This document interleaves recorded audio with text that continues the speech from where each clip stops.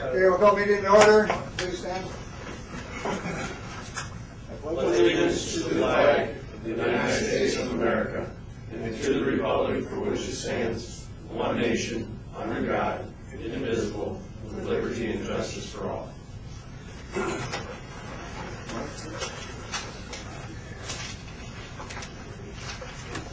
Let's bow our heads.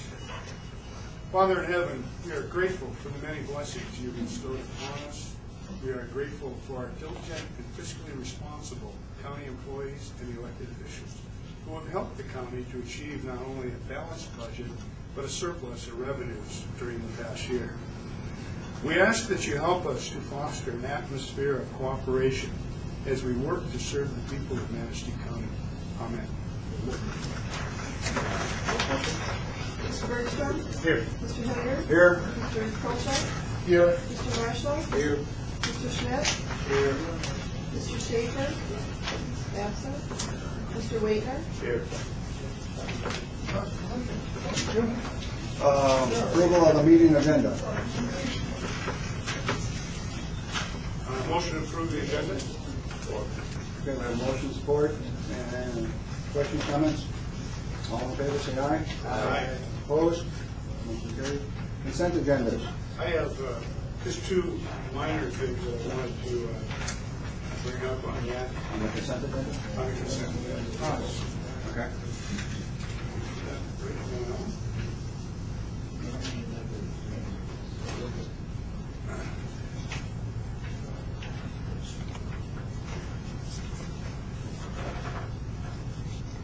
Well, it's on, if you look at page 22, let's see how hard it is to get to that.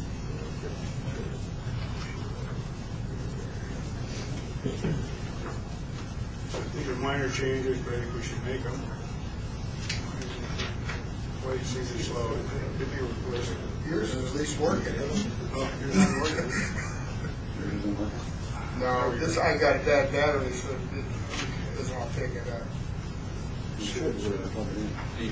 I plugged it in, but the battery is low. It still has to charge the battery. I've done this before. I checked my connection. As long as these guys got it, I'm in good shape.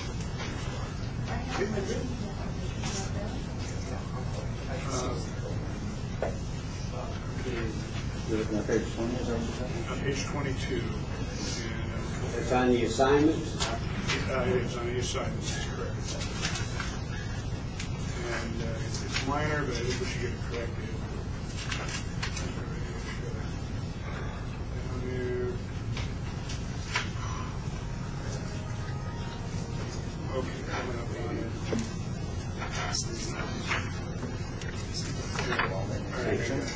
Okay, first off, under, this is mainly for Joe, I guess, but 2014 standing committees, Joe, the hand should follow the board. You've got a major break there.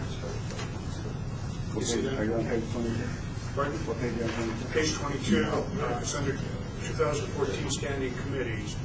Between the board and should follow the board, so it should be. I had cut and pasted that, so I think it was probably just before me. Then right below that, Executive Joint Committee, we've got Jim Kolchak, Chairperson Richard Smith, and we've got counties, Carl Waitner. I think you got to draw back counties over to some meetings held jointly with Manistee and Manistee counties. And then you'd have that all set.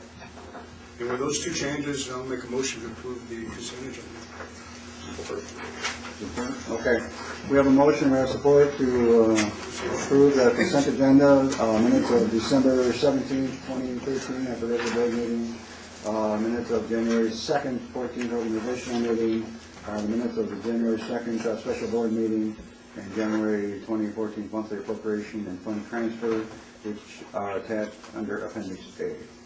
That's what your motion is. That's my motion. Okay, roll call, please. Mr. Bergstrom? Yes. Mr. Hilliard? Yes. Mr. Kolchak? Yes. Mr. Marshall? Yes. Mr. Schmidt? Yes. Mr. Waitner? Yes. Okay, thank you. Public comment. Anyone wishing to speak at public comment would come up to the podium. Please give your name, and we are going to limit everything to 5 minutes, okay? So if you want any longer time than that, just going to put If you want any longer time than that, then we'll have to set up an appointment to have a special time with the administrator. Okay? Yes, sir. Hi, my name is Frank Greco. I live in Manistee Township, and I just wanted to express my appreciation to the Commission for beginning to put the meetings on public access television. I can't always get to these meetings. In fact, I rarely can, but it's great to be able to watch them on television, and I've had other people tell me that as well. Probably not everyone in the county can get that service, but not everybody in the county benefits from a lot of the things that the county does, and most people can, and it's a great service, and we appreciate it. Thanks. Thank you. Thank you.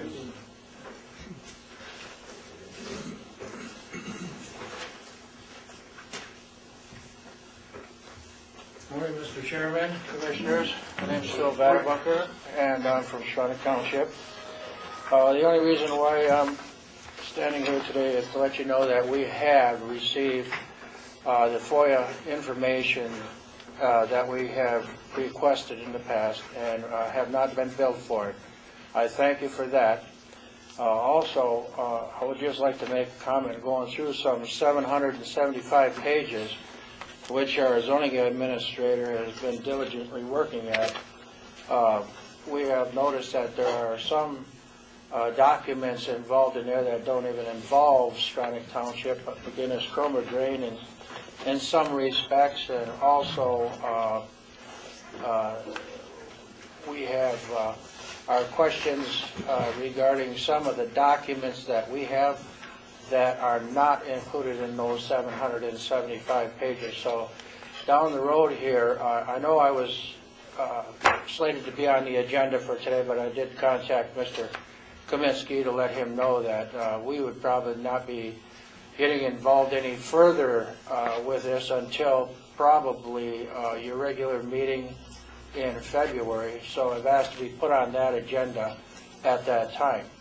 But we are quite concerned that we do have some documents that were not included in that and are wondering why those documents weren't.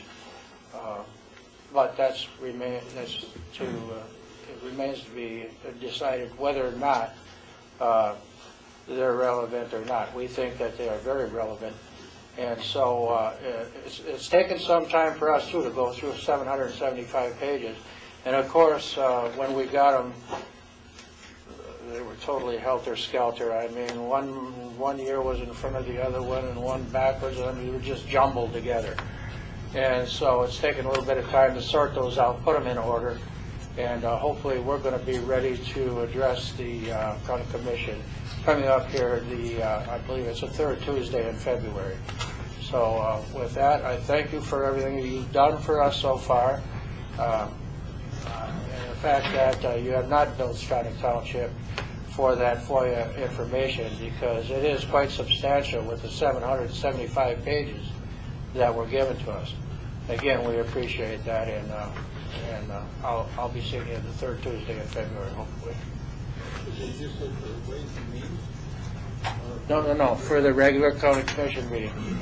Yeah, the third Tuesday. Mr. Badbucker, those items that you thought you were getting, you don't get, make sure you go through it thoroughly, okay, and then get a list to Mr. Kaminsky that you feel that you are looking for and you haven't received yet, so we can address that with the road commissioner, or the planning commissioner.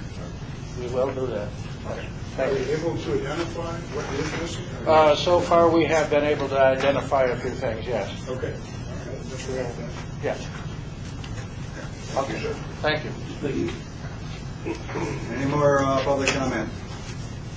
Yes, Mark.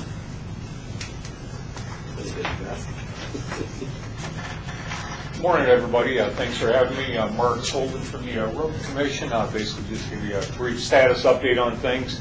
I did issue, I think you already had it, basically some information about the Road Commission. It's like a 7-page document. I have some additional copies I could leave here if that would be okay, with the board, for public and whatnot. But it does have, a lot of good information about the Road Commission, about it, our staffing, equipment, stuff of that nature. As far as updates about the Road Commission, obviously working on, primarily winter maintenance this last weekend, since last Friday. It's been real real challenging. We basically had crews working, all weekend long, Saturday, Sunday, and, today's still dealing with it, and it's finally, I think the wind has, died down to a certain extent, so hopefully we can get caught up on things. So far on our winter maintenance budget, the county winter maintenance, I took a look at it this morning, we basically use like 93% of our total budget for winter maintenance on the county road system, and on the state system, roughly about 91%. So this has been a real challenging, winter so far, and I'm hoping it stops sooner or later. But obviously, we'll be making some, amendments in the springtime to, accommodate the overruns as far as the estimates for the winter maintenance. Myself and the road commissioners started going to the township meetings. We pretty much go to annual township meetings starting in January. We've been to 9 of the 14 townships so far, so we've got just a few more to do next month, and then I think maybe one or so in March. I went to the meeting at the village of Telebus. I've been trying to get to some of the village meetings also. The snowfall to date that we recorded at the road commission, currently we've had like roughly about 133 inches as of this morning. That's kind of like a county-wide average, so I'm sure it's going to be more in some areas, probably along the lake shore, versus inland. And the 10-year average was about 132 inches.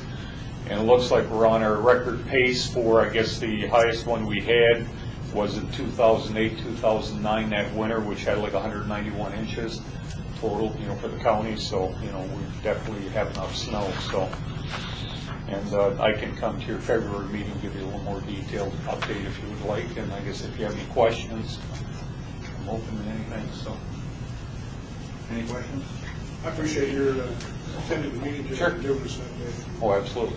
Thank you. Thank you, Mark. Any more for public comments? Okay, closing public comment. Tom, recognitions, announcements? Just a couple of announcements. There's 3 things on your desk, 3 sheets of paper. One is an announcement, and Evelyn will be here at 9:30 to give you a report on 211. But there's a luncheon on February 11th, I believe.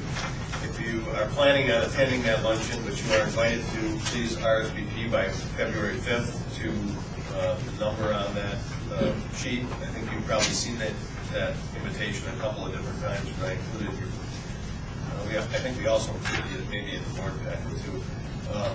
There's also a late prison liaison appointment application. You can deal with that at 10 o'clock, but it did come in yesterday. The county clerk gave it to me. I put it on your desk. You can choose to deal with it or not deal with it at 10 o'clock when you make your appointments. And then the third thing on your desk is a January 13th letter from the Department of Treasury asking about our drain funds. And Russ and maybe I will address that briefly. We are putting a letter together. We are fine. There's nothing. I think we're doing just fine with this, and we have a good response to get back to the state. We'll also include copies to all the commissioners and to our state legislators, who I think were approached by the drain commissioner to get something like this started. So we'll make sure that we respond to this appropriately, and I think Russ will address it during his report in a couple of minutes. That's pretty much all I have for right now. I'll be asking you later who's going to attend the MAC conference. I've been talking to some of you anyways, but it's actually on the agenda. So, and there's a couple other things that will probably come up as we go through the agenda for the Ways and Means report. Okay. Thank you, Tom. Mr. Chair, I think, Tom, this 211, aren't we doing Ways and Means there? No, Ways and Means is next Wednesday. It's the first Wednesday of each month. We moved it last week to the first Wednesday of the month. There was some, From Tuesdays to Wednesdays, you moved it down. Yes. Okay. That And was the- all and the looked re- at. well, the reason for that is to give the administration office more time to prepare for the monthly meeting. Right, but I was looking at the 11th, I guess that would be the same. Normally, that would have probably been, Yeah, it would have been a conflict. it would have been your normal board. You would have been done by that time anyways, but Okay. Okay. Any more comments or questions? Okay. Okay, Mr. Palmer. Good morning. As long as Mr. Kaminsky brought up the letter from the Department of Treasury concerning our drain fund, we do have a drain fund. We have had a drain fund for since the summer. We have all the required drain funds that we need to have. We have a separate bank account for the Kettle Hole drain project. We are required to have a separate bank account in that drain fund for each drain project that has revenue in it. And at this point, the only drain project that we have is the Kettle Hole project. We have not received any other revenue for any other drain projects, and when and if we do, we will open a separate bank account for that. But as of right now, we are in total compliance with everything as far as the drain fund is concerned. I guess I don't really understand the letter, but we are going to respond to that letter, Mr. Kaminsky and myself. So I just wanted to let you know that we are in compliance with the drain fund. We have everything set up the way we need to do. Our auditors looked that over when they were here doing their field work earlier this month, and according to them, everything was in compliance. Now, they're just an independent auditor too, so I mean, it's really up to the state to determine that, but I think that when we respond to the letter, we'll get a satisfactory response from the state commission. Thank you. Okay. All right, well, things are starting to pick up in my office. February and March are typically our busy months, and it's the probably the worst time of the year for me because of dealing with delinquent taxes and foreclosures. Tomorrow, Wednesday the 29th, I have my show cause hearing for all the taxpayers who want to come in and meet with me and tell me why they haven't been able to pay their taxes. I have a policy that if it is someone's principal residence and they could come in and give me a good reason why they haven't been able to pay their taxes, that I will give them a 1-year extension to go ahead and set up a payment plan and get caught up on those taxes. It has to be their principal residence in order for me to do that. That's the policy that I've established. Last year, I set up payment plans with 14 homeowners. All but 3 of those have carried through. Those 3 people will need to pay all of their delinquent taxes this year. I will not give them additional time. They'll need to get caught up, or else I will have to foreclose on them. Having said that, I'm going to modify my policy this year to include businesses. I think that if there's a business in this town and they're behind on their taxes, and if I foreclose on that business, I'm going to put them out of business and people are going to lose jobs. It's my responsibility to work with that business to make sure that they can continue to be a productive part of this community.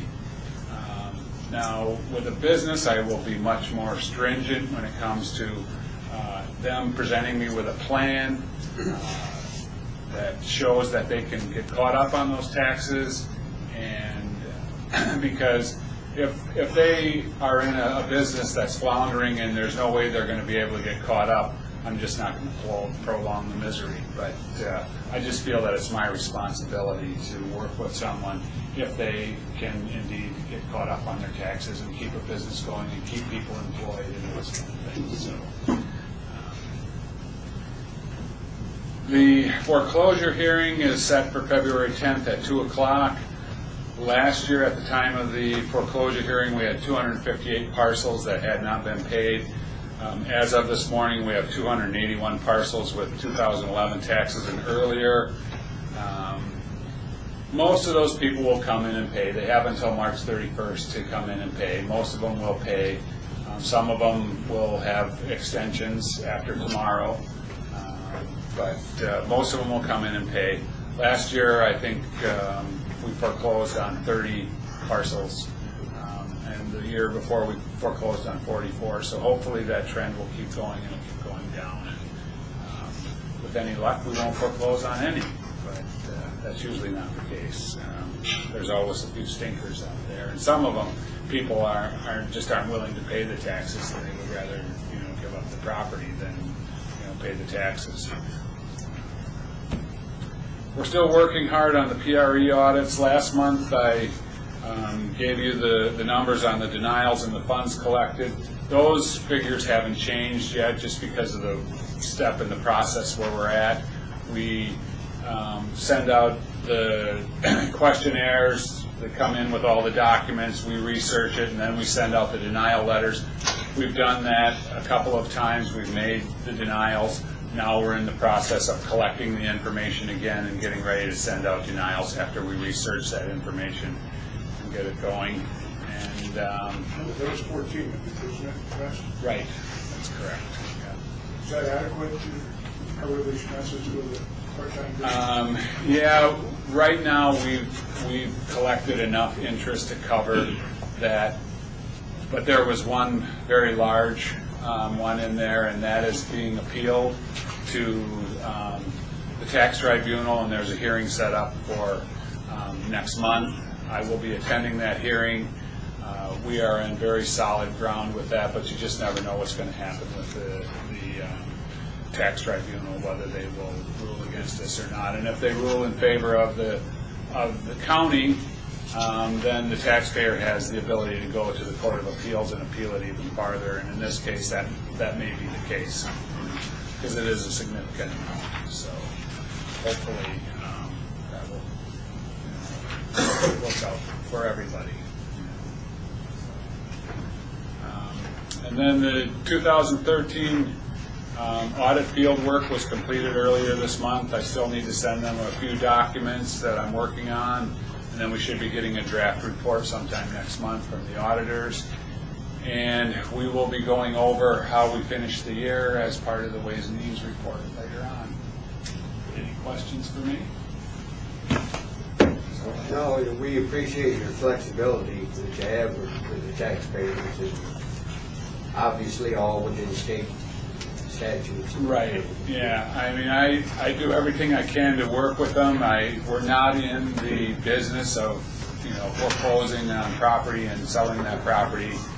That's not what we want to do. We want to help the taxpayers as much as we can, but we are constrained by the laws, as to what we can do. But I will work within the law to do everything that I can to help them. But they have to help themselves too. How many businesses are you working with? Right now, just one. Just one.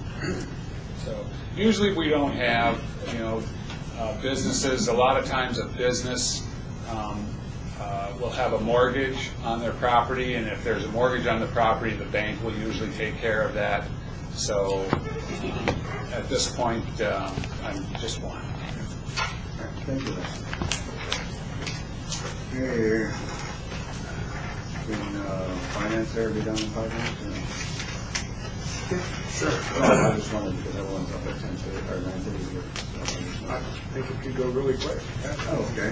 I think you have a copy of the claiming summaries for December 10, 2013 through January 14, 2014, and a summary of the on-demand checks totaling $961,899.16.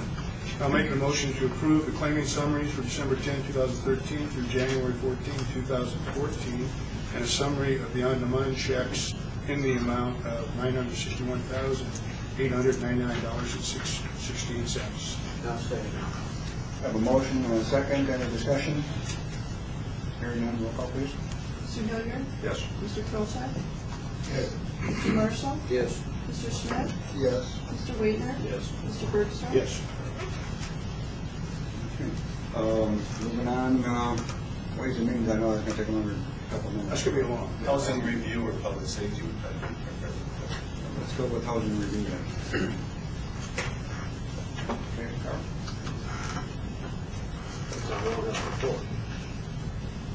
should be one in your board packet. Should say in your bookmarks, Housing Review Committee Report 12/2013. Who's finance and who's raising the money. Yep.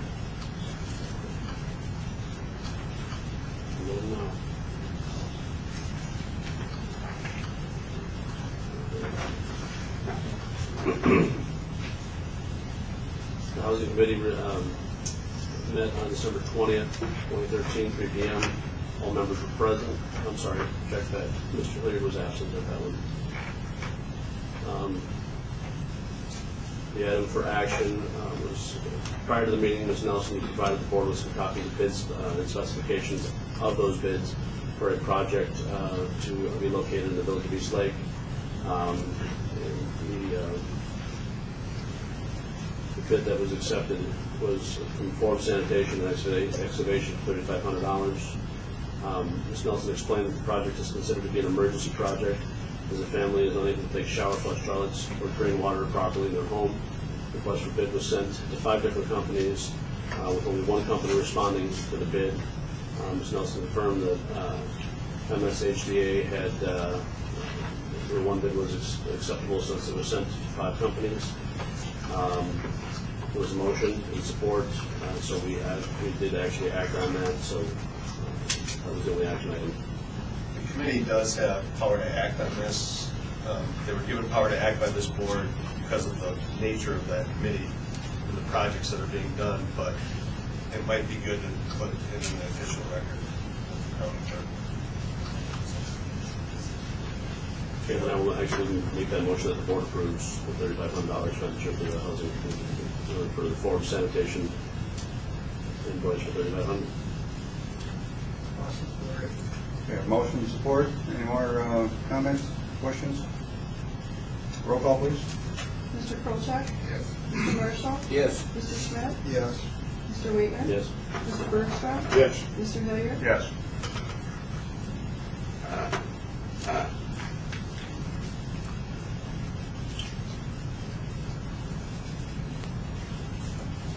And I would make the motion that the minutes be accepted as read. I support that. We have a motion and support. Questions, comments? All in favor, say aye. Aye. Opposed? Motion carries. Okay. Want to start a minute early? It's fine, whatever you want. Very good. Evelyn 211 Director is here today to give an update on the 211 program. Thank you.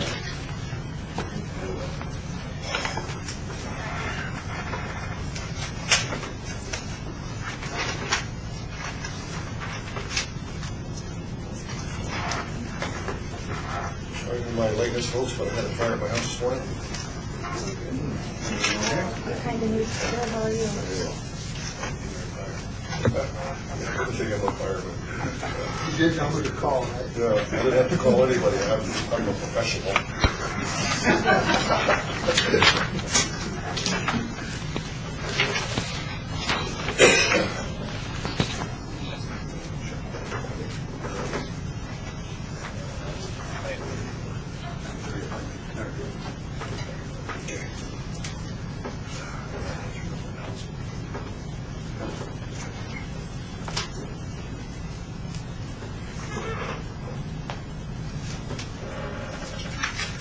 Well, good morning. I am Evelyn Split, and I am the 211 Director for Manistee County. And today I want to provide you an update on 211 and share with you some of our upcoming projects. In review, 211 is a completely nonprofit telephone system. It connects residents to public resources, information, and referrals. It is a simple 3-digit dialing code similar to 911. There are live certified call specialists that answer the phone 24 hours a day, 7 days a week, and they help Manistee County residents access the services they need. Citizens can also use the 211 website to review all the types of services that are available to them. A 211 pocket card and flyer. Some of you received the flyer that are new to 211, but there is a pocket card in your packet that has more information. 211 is a national service, and I'll refer to the maps that are included in your packet. In January 2012, the nation had a little over 87% coverage. That's shown on the first map. And in February 2013, it went up to 90.6% coverage. 211 is serving over 283 million Americans. 211 is in all 50 states, plus Washington, D.C., and Puerto Rico. 39 states plus D.C. and Puerto Rico have 100% coverage. On the next page, you'll see a Michigan map, and this is from 2012. We had 94% coverage. And then in 2013, it went up to 98% coverage. And this is because we completed the Northwest expansion, which are the counties that are in purple. Here in Manistee County, we continue our efforts to promote 211 and connect people in need to people with solutions. On the back page, you'll see our 211 dashboard report, and this shows some of our activity from 2013. You'll see a breakdown of the top 5 requests in our county. Housing and utilities have consistently been the most requested services here, as well as across the state. We received a total of 964 telephone requests with 120 unmet needs. And unmet needs occur for various reasons. We may not have had a service available. Some people are not eligible for certain public programs, and some people do refuse the referrals that they are given. We are also now able to track our website searches, and this is in the preliminary stages. We know that we had over 200 and some hits to the website for various services. And the top service that they're looking for are basic needs: food, shelter, utilities. We can't compare those to what we have on the pie chart because it's a different type of category search, but eventually we hope that we can combine those web searches into our regular categories. And we expect to do that in the near future. Some of the highlights of the past year are included on the dashboard as well. We had interactive workshops in collaboration with the regional call center. We visited local food pantries to spread the news about 211. And we had our largest presentation for over 400 Little River Band of Ottawa Indian elders during their annual conference. We also coordinated the first ever 211 community-wide fundraiser, and this was held at the Ramsdale Theater Ballroom. Numerous groups collaborated on the project, making this a unique event for Manistee County, and we received tremendous response. In addition to the many local residents supporting the 211 service, we had guests from Traverse City, South Haven, and across the state. We also had 2 groups from Illinois and a couple from Kentucky. Beyond the fundraising, we had opportunities to promote 211, answer questions about the system, and share the benefits of living and working in Manistee County. The action team also participated in emergency management exercises, including a Web Emergency Operations Center workshop and the Tippy Dam failure exercise. The calendar of events for 2013 features some additional highlights of the past year. We have replaced our annual luncheon meeting in October with the National 211 Day, as noted in the project section. This event will take place February 11th at the Manistee ISD, corresponding with the national celebration. There's an invitation in your packets for that as well, and I hope to see all of you there.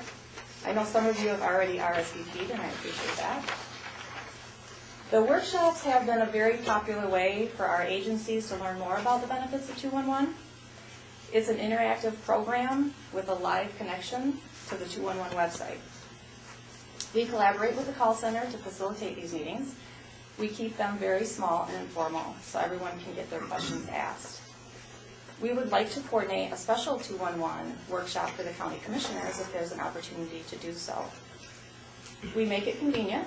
We can bring the workshop to you at your location. And if you'd like to participate in that, please let me know. As with other organizations, community awareness and funding are the challenges that we also face. Michigan 211 and the Michigan Association of United Ways are collaborating with the Michigan Department of Human Services and AmeriCorps to help spread the news about 211 and the My Bridges project.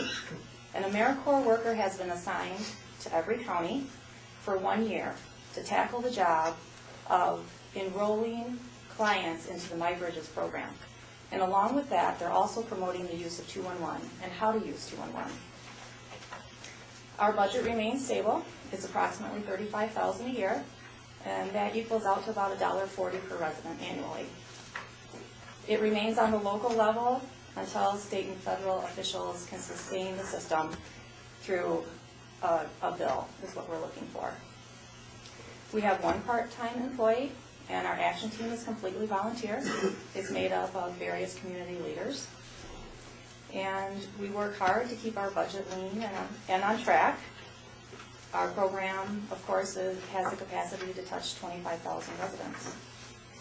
We want to thank the county commissioners for their support in the past and their continued ongoing support. And I'll answer any questions if you have any. I would just say one thing, that the 211 service to coverage in Michigan is very helpful, and I needed some help with my father in Calhoun County, and I called the local 211, they gave me the 800 number, and the service is there. So if you have someone outside of the county even, it's a helpful tool. Yeah. We have other examples of that as well. We had someone in California. It was a tribal member who needed assistance, and the tribe here was able to contact or connect through 211 to this tribal member in California and help get her set up with services. So thank you, Alan. We've accomplished a lot since you visited us last year, and it's a very good program, and I'm glad we were able to help you. Thank you very much. Well, I think it's important that the board here knows also that 211 works hand in hand with emergency management in case there's a disaster here, like we have a disaster. They'll work hand in hand in getting information out, and for emergency management to have a contact place where the public can contact and get the information they need, whether or not it's a shelter or road closures and stuff like that. That's really so it's very important. Yeah, we have the capacity to work both ways. We can take information from the public. Say there's something going on, maybe the power is out or there's other emergency situations. They can call 211 to find out if there's information. And maybe it hasn't been recorded in 211 yet because it just hit in their neighborhood. 211 takes that information and can contact me or Ken Falk and find out what the situation is. So it goes both ways. That line of communication is extremely important, back and forth. Any more questions? Any other questions?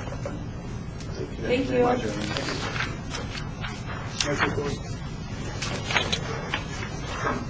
All right, moving on, Ways and Means. You ready for that? I think we are. Our next appointment is until 10. So. Okay. Okay.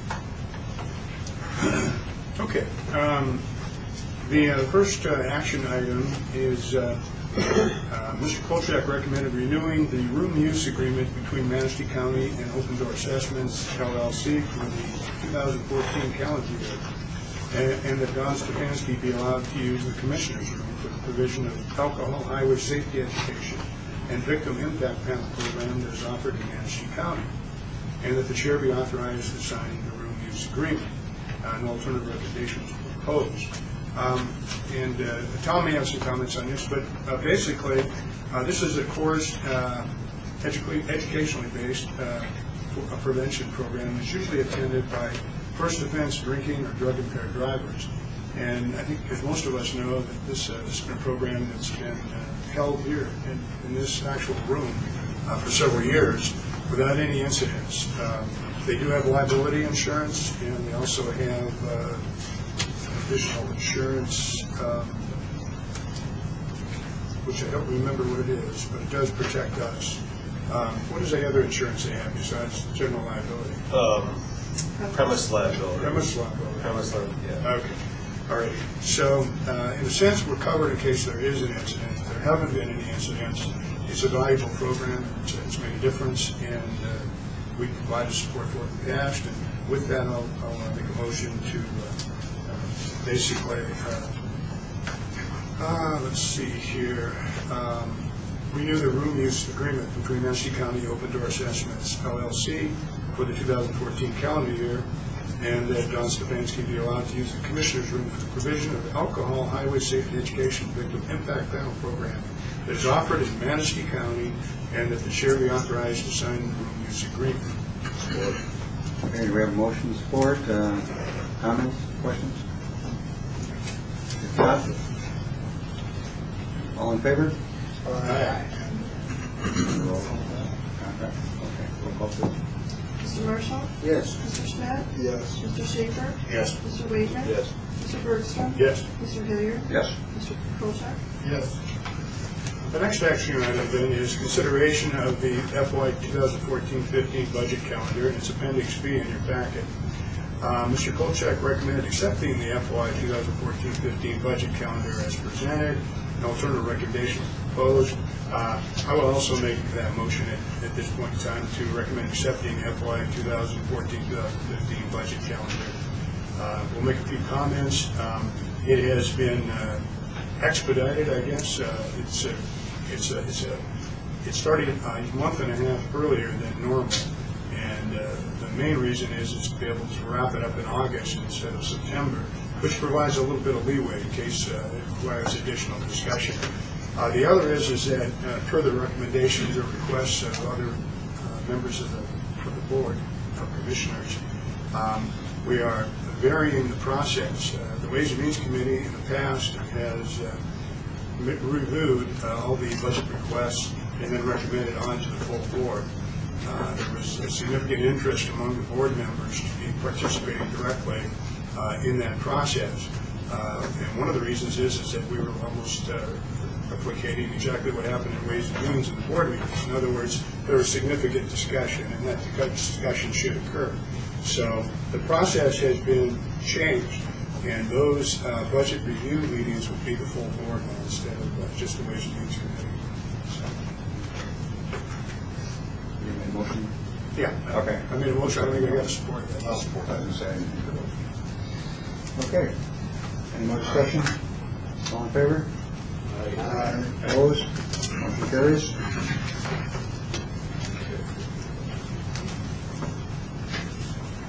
Okay, normally I would just ask if you had any questions about items not requiring board action, but we had a rather lively Ways and Means Committee at the last meeting, and I think there's some items that really need to be addressed, even though they don't have action. And actually, I would like to make a request for some action as we go through this process.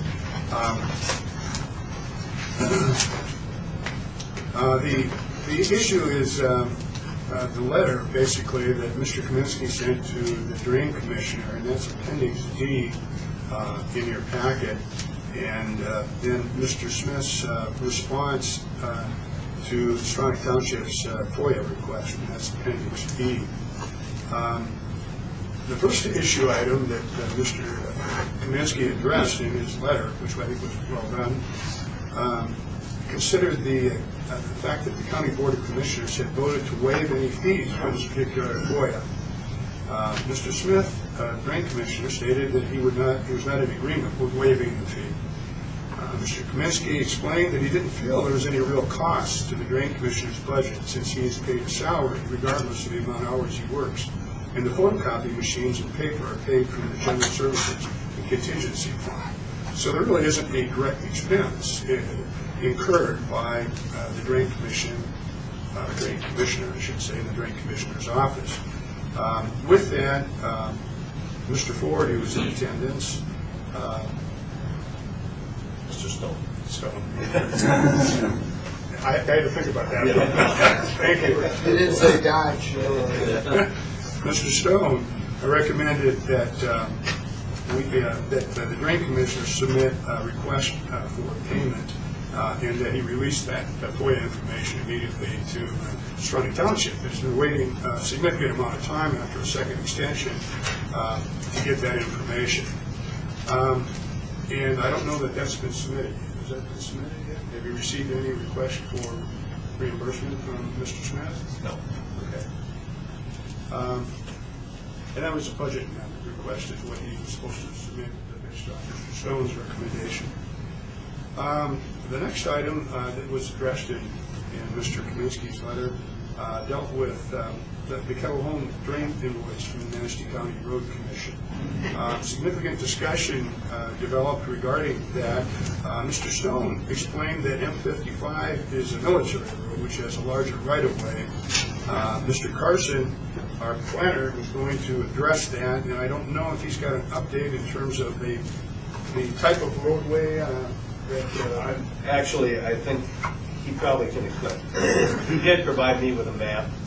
I would have included your board pack and tried to explain it, but I probably am not the person that could explain that very well. So maybe Mr. Carson could give you a brief. Well, the information. I didn't really warn him about this, so I'm kind of putting him on the spot. But No, it's fine. I met with Mr. Scholden last week, Thursday, and he actually provided me with the right-of-way map. So it might be best for Mark to.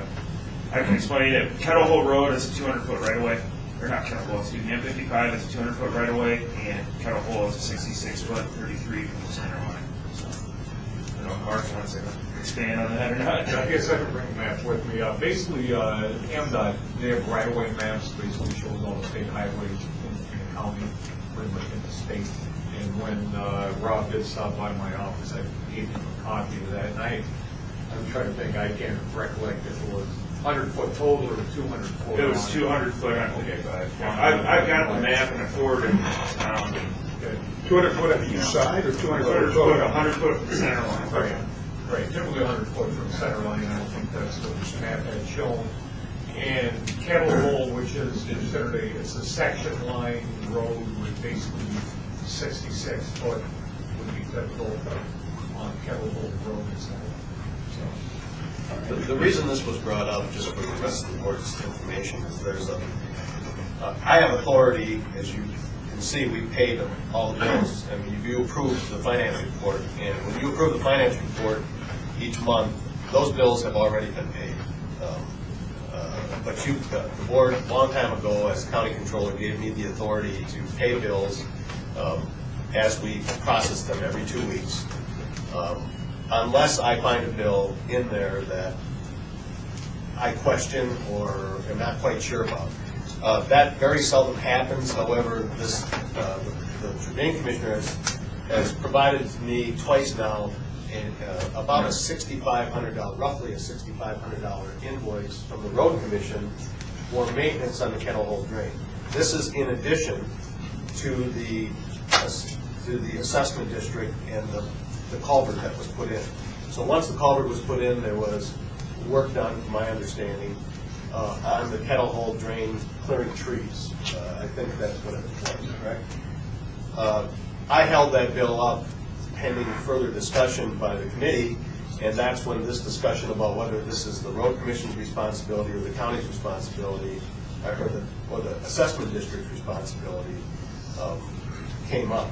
And that's what, so I'm still unclear as to whether or not we owe that money, or I shouldn't say the county, because it's not the county's money, it's the special assessment district that would be paying for it through hopefully money that's available in the fund. So really what we have is an outstanding bill from the road commission for roughly $6,500. So that's what the issue is here. I don't know, did you clarify that it might be the road commissioner's responsibility? Well, I think that's what the discussion was about, and the map issue was about, was what's the road right of way, and is it Is it within Is it within that? If it is, then maybe it's the road commission's responsibility. If not, I'm really not qualified to really say much more than I've said. We need to get that clarified. Yeah, right. So I said, Wasn't there some more questions on the Clay Bank Creek from the fishery management biologist? Is that still in question? I was gonna bring that up next too. Let's stick to the Probably- number one subject here first, and then we'll do that one. Mark, do you have a comment to the? No, I was just going to say, I'm not real familiar with that, kettle drain project. I've heard a lot about it. But I believe it runs parallel to the roadways. So typically I'm sure there's a drain right-of-way that probably overlaps the road right-of-way itself. And it's my understanding the clearing work that was done was related to the drain project. So, that's my understanding. Okay. And the other thing about the military road thing, I'm not familiar with that terminology. I asked a few other people at the office, and I'm not really sure what. Okay, yeah, answer me this question if you can. If a drainage district is inside the road right-of-way, who's responsible for paying a bill for upkeep on that? Is it the drainage district or is it the road commission? If there's drain improvements that would be done, it would be basically part of the drain project. Okay. We typically, unless there's real, like say a roadside ditch where we're dealing with, drainage issues and that, we pretty much take care of some work. Would that be cutting the trees around on either side of the park? Would that also include cutting the trees on either side of the drain too? That's not actually in the drain? I'm not, I'll have to, meet with Tom. I don't know full details of that, but I know we did some I don't want to put you on the spot. I tree know clearing, you're- for the drain project, so. Well, I think it requires some additional investigation in terms of whose responsibility it is to pay that, so. And obviously, there's, some people aren't totally informed, I can't say I'm totally informed. The question initially was just to determine what the road right-of-way was, and then what the responsibility was within that road right-of-way. So I think we got to use that as a jumping off point and take a closer look at this. So that would be my recommendation, just based on our conversation at the Ways and Means Committee. Moving on, then, and Alan, you brought up a point regarding, I got to find it here. It's, it's Appendix F. Mr. Carson explained that Claybank Creek is a designated trout stream. I think we all pretty much know that. And that there is a fisheries report prepared by the DNR stating that the stream should be left as natural a state as possible. And it was stated at the Ways and Means Committee meeting that if, there were live trees that were cut down. And so there's concern about the environmental degradation of the creek because of that work. And was it appropriate and proper, and it didn't violate any ordinances, any requirements in terms of state regulation. And we haven't really investigated that to that degree. But I don't know if Mr. Carson wants to address that at all.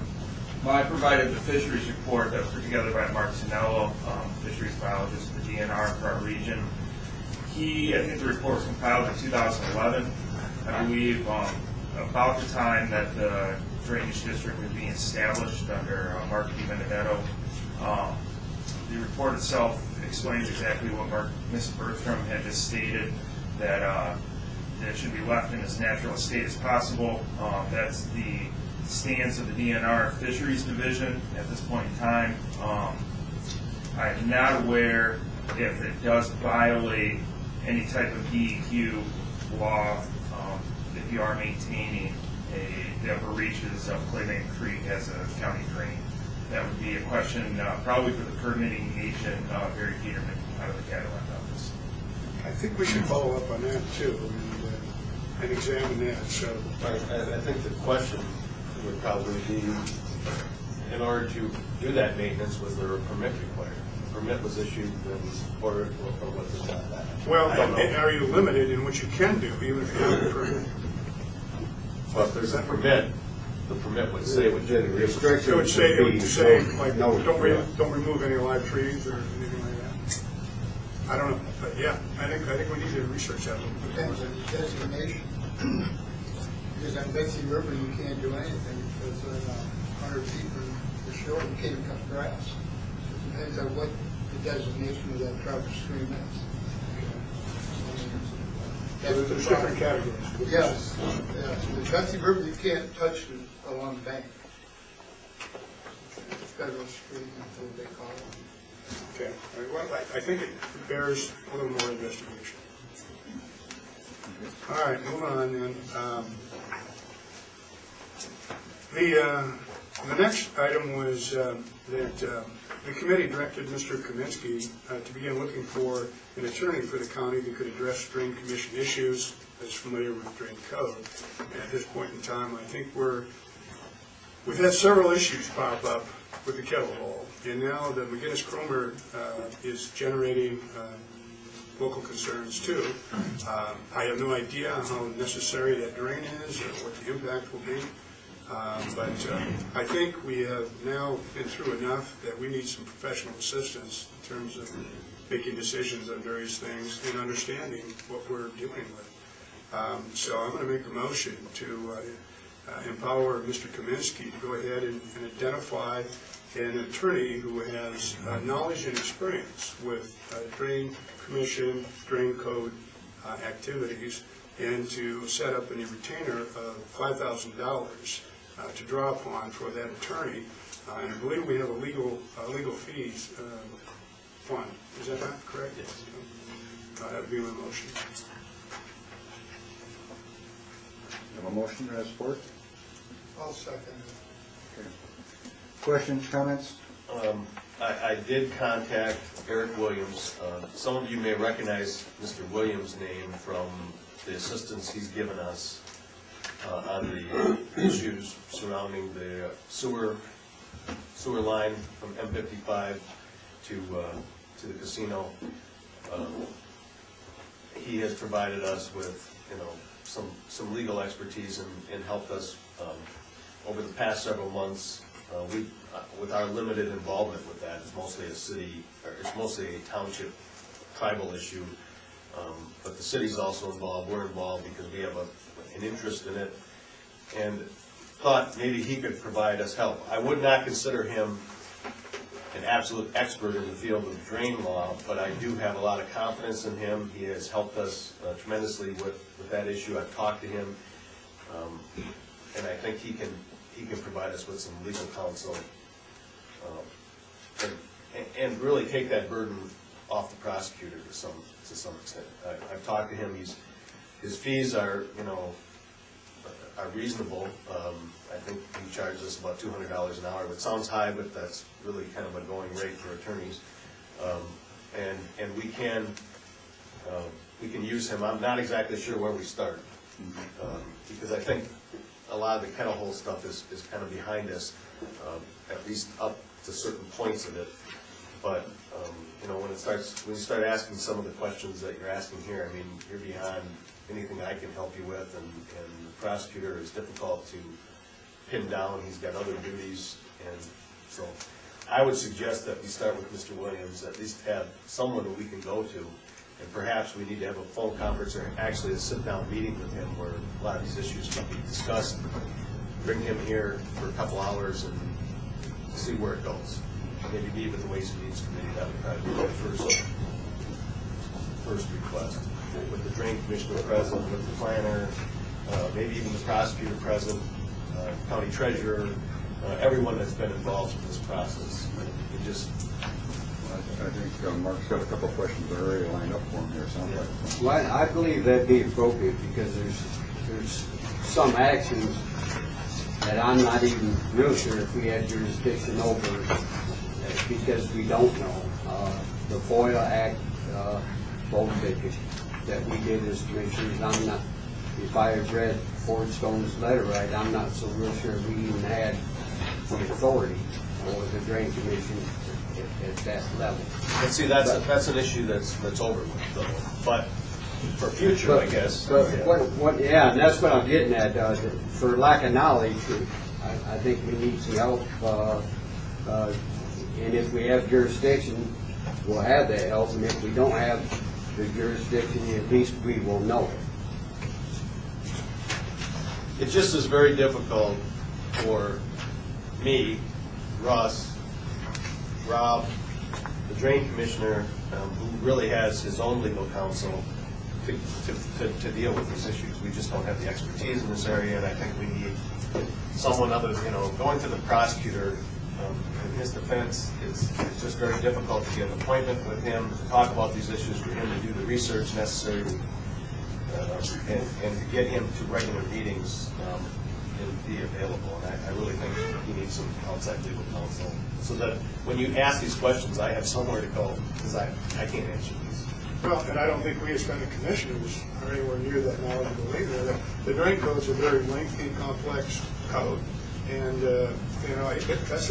that's a profession in itself, just understanding what's in there and how to apply it. And I certainly don't have the time to become fluent in that, and I don't know if I could. I don't know. So I think you're absolutely right. We need some assistance. Okay, any more discussion? Hearing none, roll call, please. Just repeat this motion.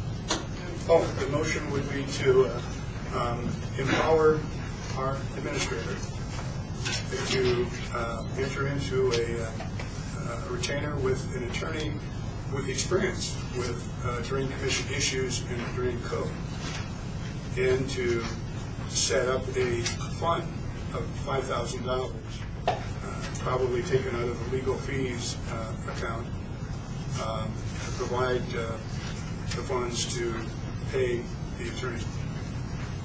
Now, if you want to abbreviate it, well, I guess you could. Okay. Call the roll, please. Mr. Schmidt? Yes. Mr. Schaefer? Yes. Mr. Waitner? Yes. Mr. Bergstrom? Yes. Mr. Hilliard? Yes. Mr. Kolchak? Mr. Marshall? Yes.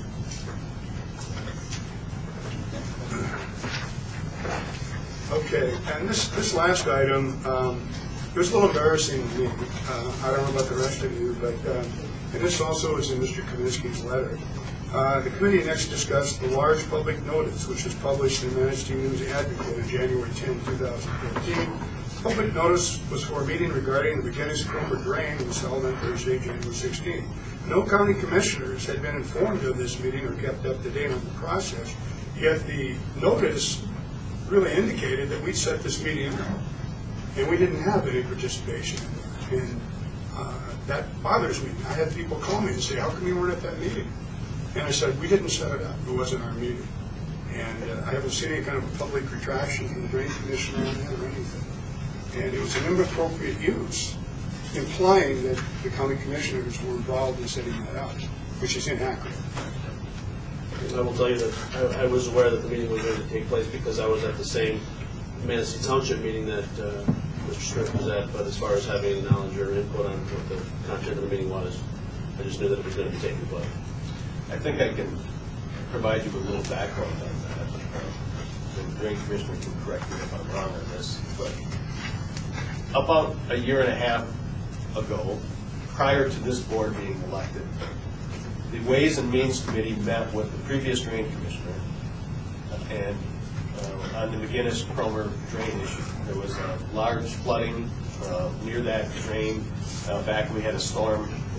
I can't remember in 2010 or 2008. I'm not sure exactly what it was. I can't remember. And there was discussion about setting up a special assessment district, which is really being discussed now also. The committee at that time and through the drain commissioner kind of agreed that we didn't want another kettle hole issue. We wanted to keep the public very informed, and the drain commissioner actually asked for an appropriation of $5,000 to do a study, to actually take a camera through that line, through some parts of that line, actually have an engineer look at possible scenarios for that project and report back.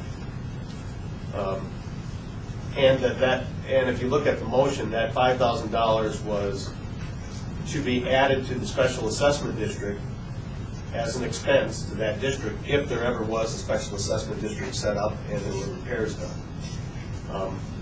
Up to now, that's not the case, so the county board has basically eaten those costs at this time. Once that report came in, there were 1 or 2 meetings scheduled at Manistee High School that were not required, to inform the residents of that area of what the options were. And there were options from, I think, $350,000 all the way up to $2.8 million, something like that. In order to invite the public to that meeting, there was, Rob took it upon himself to assist the previous drain commissioner with a letter to all the residents in that area, in that drain district, and send it to them saying, we're having this meeting at Manistee High School auditorium. We'd like you to come. We'd like you to be informed. We'd like your opinion on whether we should go full-fledged into this or whether it should be a smaller project. And those were, and I think there were 2 of them, Helen. They were very good meetings. The public that was there, the people from that drainage district attended, and there were varying opinions. If I remember right, the opinion was, let's do the least amount here as possible to actually fix a portion of the drain that is actually crumbling.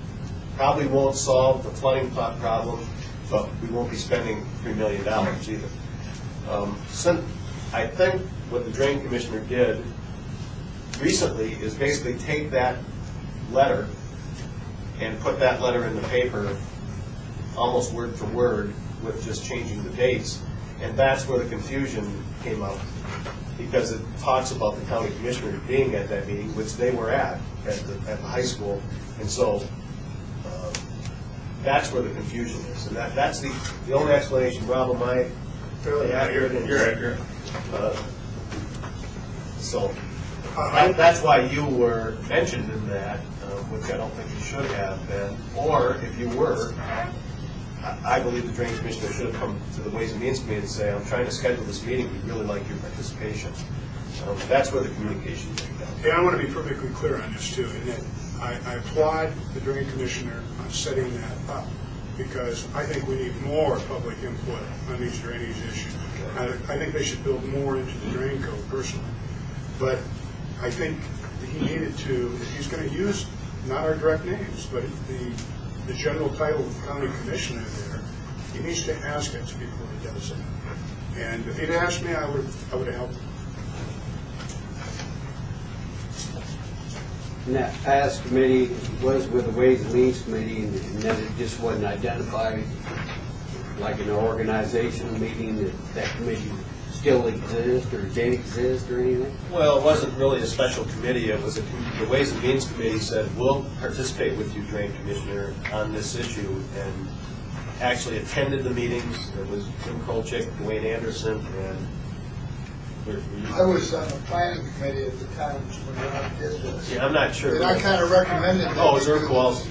Yeah. And so, I didn't mean to interrupt you. No, that's right. I was with Rob at the time, and I recommended that we have these meetings because we didn't want another kettle one. Right, and they were over and above the normal requirements, and they were very good meetings. And I believe Mr. Smith was at those meetings. He was running for office at the time, so he was familiar with that.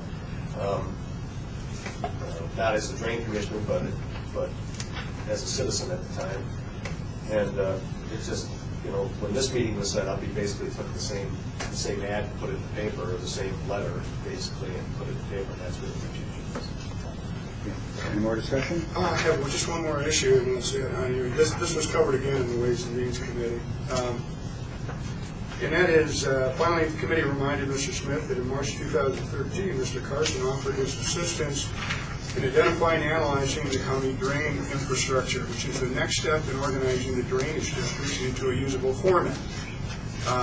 Since Mr. Smith had not contacted Mr. Carson, a letter was sent from Mr. Kaminsky to Mr. Smith regarding this on December 5, 2013. Mr. Carson stated that several local entities have also offered to provide their expertise for free on this project, and I think those are some state and federal agencies and their personnel. I'm just curious if Mr. Carson has met with Mr. Smith yet? No, we haven't met regarding that matter. Well, I certainly hope that they will be meeting, because I think we all agreed earlier that having an assessment of what the 17 districts, the status of those right now, in determining what needs to be done, or if it can be abandoned, et cetera, requires that study that Mr. Carson is willing to take on for Mr. Smith, and also has people that are willing to help him in doing that. It was also recommended by Mr. Smith's attorney, this be done. To participate in that? Yes, thank you. I believe it also directly, and I could be wrong about this, but it also directly coincides with with the letter from the state. The state is basically saying, although they're not saying it in this letter, I think Mr. Smith is kind of saying we should have a drain account for every drain that we have. If we don't know, or if the treasurer isn't informed as to where the drains are, or what the drain, whether we have 17 drainage districts or 14 or whatever, it's pretty hard for him to set up an account, and we don't have activity in those drains at all at this point. So in our letter back to the state, I think we're going to include some of these letters that there's a December 10th letter and then the January letter that Ways and Means Committee discussed, and say, here's some of the things we're doing. You know, we're setting up these accounts as projects come, but for the most part, for the last, at least in my career, 27 years, there's only really been one drain project. There's only been one special assessment district set up, and that's Kettle. I can't remember any other drain project other than the drain commissioner taking $3,000 out of his budget each year to maybe help some little issue where somebody needed something cleaned out for, you know, a minor amount of money. So we're just not used to special assessment districts, but that's how all these drainage issues are dealt with statewide. I mean, they are not county responsibilities. If you live in the drain district, you're responsible for it. So, you know, that's why we don't have any accounts, because there's just not been any activity over the years. Mr. Smith's legal was very specific, and he said that accounts shall and will be set up for each of the drain districts, so that is always in place. It wasn't something that, you know, was optional. Right. Each district should have an account, and he also stated that the groundwork to find out which drain districts were still viable was in fact the first step in establishing accounts. Right. That's exactly what I was trying to say. You said it in much less words and much better than I just said it. I'd like to close my report on a positive note, upbeat note, and that is that I hope we can generate an atmosphere of cooperation, particularly with these drainage issues, and that you know, a great first step or initial step or a good step, however you want to look at it, would be for Mr. Carson and Mr. Smith to get together and start working on that study. I think that'd be really positive. So that concludes the Ways and Means Committee report. Well, there is some good news that you could report as part of the Ways and Means report, and that's the end of the year financial. Oh, yeah. You really want to, but I don't know if you want to continue. There was a lot of comments made here directed toward Mr. Smith there. I would like to give Mr. Smith an opportunity to maybe either address a couple of these items, or maybe at a later date or something like that, address some of the items that was brought up. I think I'm going to wait until a later date to address these. I don't agree with a lot of it, and I'm going to talk to the attorney, because I have to get a hold. They've asked for an amendment on the drain, and I have to get with the attorney to write up we're going to ask him, especially the one that Mr. Schaefer said about how he stated that I should work or do what Rob said. Okay. Thank you. Do you want to mention any? Please continue. Very happy to mention that. Okay, I got so much paper here, I'm just going to have to wing it. You'll have to give me the actual figures. But I'm very, very pleased to be able to tell the people and to have a chance to, I guess, appreciate what our employees have done and what the elected officials have done in terms of fiscal management. We had finished this last year with a surplus. And the surplus is, I think, $105,000 and some additional dollars. In addition to that, in the original budget, there was a sum of about $105,000. Is that $100,815. It came out of our budget stabilization. Basically fund balance. Fund balance, yeah. To balance the budget. And So I'm extremely pleased, and I would think the citizens of Manistee County would be pleased too, that not only did we have a balanced budget last year, but we have a surplus this year. And I think that's a great reflection on this board, and particularly on the employees and the other elected officials. In a nutshell, basically you ended the year, your general fund ended the year with $105,532 surplus, and as Mr. Bertram said, we had already budgeted that you would need an extra $100,000 from your fund balance. So we are actually expecting, according to budget, we are expecting a deficit of $100,000. We not only conquered the $100,000 deficit, but had another $105,000 that was realized through spending less and realizing a little bit more revenue. But also, in addition to that, another $29,112 was transferred to Department Contingency Surplus Funds. So if you weren't transferring that money to those, rewarding the departments for their good fiscal responsibility, you would add another $129,000. So really, it's about $235,000 roughly that you ended the year above what we expected. Almost $250,000. Right. Now, I started to doubt my budgeting skills because we end up with these surpluses every year, but someone pointed out to me just recently that that's only about 1%.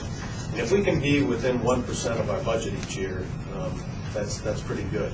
So I don't doubt the budgeting anymore. Now, that money is just going to go into your fund balance, add to your fund balance. We do have another $100,000 roughly, I think, that we budgeted for this year that we expect. And I have a little more concern about this current year, mainly because in speaking with our equalization director recently, we budgeted, and we never know that we won't know this until we're halfway through the year, which is next April. We won't know what our tax revenue is going to be because we budget starting October 1st, but equalization's not until April, so we don't know what our tax revenue will be until that time. And Mr. Elbers, initially, between my office, Russ, and Mr. Elbers, we projected a 2% increase in our taxable value. We're having a little bit more doubt about that right now, that it might not come in quite at 2%. Hopefully it's going to be close to that, but there are some things that have changed. The state legislature has done some things. They've given some tax exemptions to veterans. They've given some tax exemptions to certain drilling operations. Oil and gas. And so that may affect our taxable value. So we may be happy that we have this. And I'm still hoping that next December we come back to you and say there's still a surplus, but we may have overestimated our tax revenue a little bit. We'll know that in April, so we can deal with that in April. Well, this certainly is a good start. I got one thing I'd like to say, is it's not been noted that we took quite a bit of money out of Department Contingency Fund this year to buy what they needed in their departments. Well, you actually have that budgeted for this current year. Yeah, but we took some out last year. Every time we needed something, we went to the contingency fund to get the money. Well, that helped a lot, and it's even helping more in this year's budget. We basically budgeted zero for all equipment and technology needs in this current fiscal year. And because we had $300,000 and some odd in our Department Contingency Surplus Fund, we were able to say to departments and elected officials, if you want this piece of equipment, you can have it if you've got the money in your Department Contingency Surplus. So we're able to use that to help balance this year's budget. The fact that employees have not, for the most part, have not had raises in 3 years also, and some of the changes that were made in union contracts with health insurance, with retirement, all those things have an effect, and they may not have as much of a short-term effect as they will in the future. Now, the 2% raises that were given to non-union employees this year has no effect on last year's budget because those are actually taking place right now in the current budget. So we'll see where we end up. But we're budgeting a $100,000 deficit for next year, for the current year. Hopefully, we'll come back to you next year and say, we didn't have to use that. That's the hope. So far, we've been successful. Again, it was a great But start. if you went back and looked at all your surpluses for the last 10 years, they're going down. And it's mainly because taxable value hasn't been growing. The state has done a lot of cutting. Registered deeds revenue is starting to come back up again, but when you have no sales and you have no activity in the real estate market, registered deeds revenue goes down too. So That's good reason. those things are starting to pick back up, and I think you're starting to see somewhat of a recovery in Michigan at this stage. Okay, thank you. Anything else? That concludes the Ways and Means Committee report. Support. Support. Any more discussion? All in favor, say aye. Aye. Opposed? Motion carries. Okay, we're going to be moving on to our late 10 o'clock appointments. At 10 o'clock here, we are to appoint a prison liaison board. 2 individuals to serve a 3-year term beginning immediately expiring November 30th, 2016. The appointments are as follows. We have one appointment, his name is Joanna Collins from Manistee, and then we had a late appointment as of the 27th, which was Monday, Lori Mason out of Arcadia. I think what I want to address first is Ms. Mason's application. She was late. I don't know how late she was, but no one did. Deadline was? The deadline was the 17th, or the 13th. The 13th? Okay, she applied on the 27th. What is our policy in terms of late? Past policy is if someone's late, then we disregard the application. That is past. So if, and I think Ms. Mason probably is a very good potential applicant here, but so what we only have one other person appointed, we had 2 spots. Could we re-advertise it, and if she got it in before the deadline, she could be considered at that point? Well, I will tell you that you've, and the clerk can come, but I think this is about the 3rd or 4th time you've advertised for these appointments. Every time you advertise, it costs hundreds of dollars. And I suggested in my letter to you that if, at the time I didn't know about this late applicant, but I suggested that if only, since you only have one applicant, and if you choose to appoint Ms. Collins, that then you have one vacancy that you maybe make it a county commissioner. But now that you have this late applicant, you can consider that too. It's totally up to you. Your past policy has been to disregard any applications that come in late. However, this is a little bit different. This person's not competing against anybody else. So it's up to you how you handle that. Just as a note, I do have to put an ad in the paper this next week for Central Wellness, so I have to put an ad in anyway. Oh, okay. Just Okay. information. Okay, that makes a difference. We're going to have to do it anyway. You do have a county commissioner that already serves on the prison liaison board. That's Mr. Bertram. So we have one commissioner already. Well, what is the wish of this board?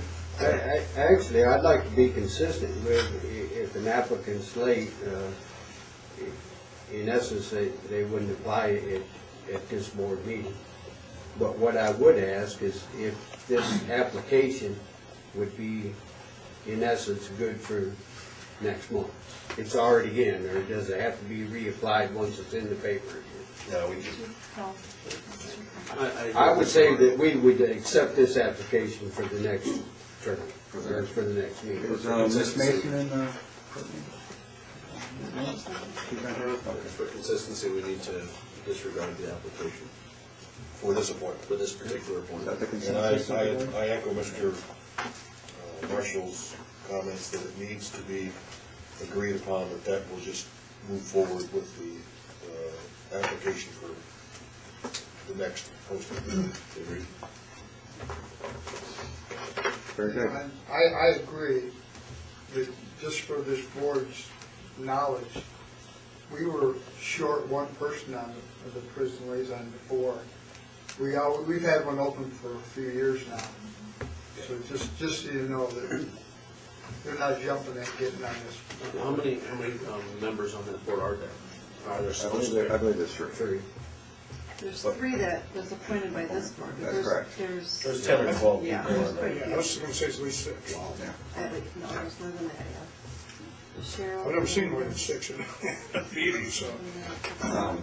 Okay, so what I'm hearing though is, if the clerk, would you call Ms. Mason and say that we're gonna re-advertise, because she was late, we still have an opening, and that we would put this application in for next month's board meeting?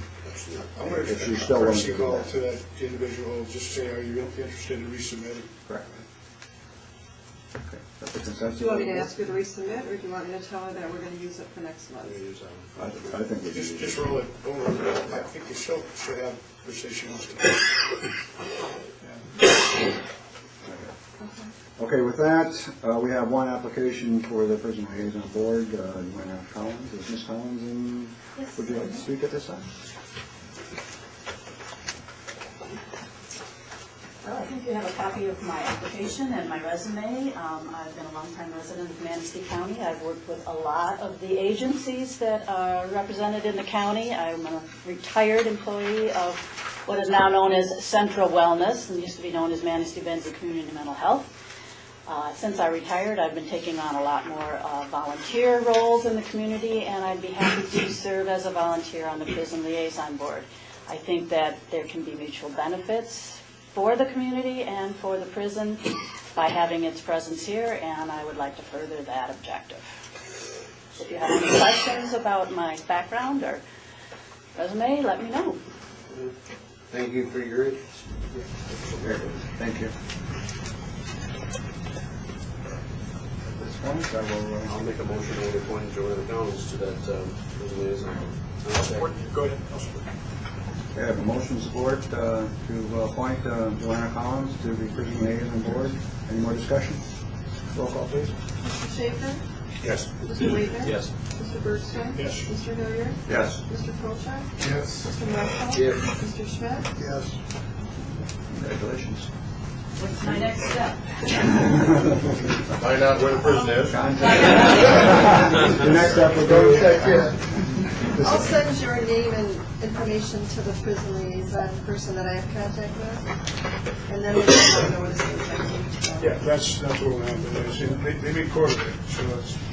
Do I have a duty to report back to you as commissioners? We have a county board member on the committee, so that's his responsibility. But if you wish to add something to it, you're welcome anytime. Thank you.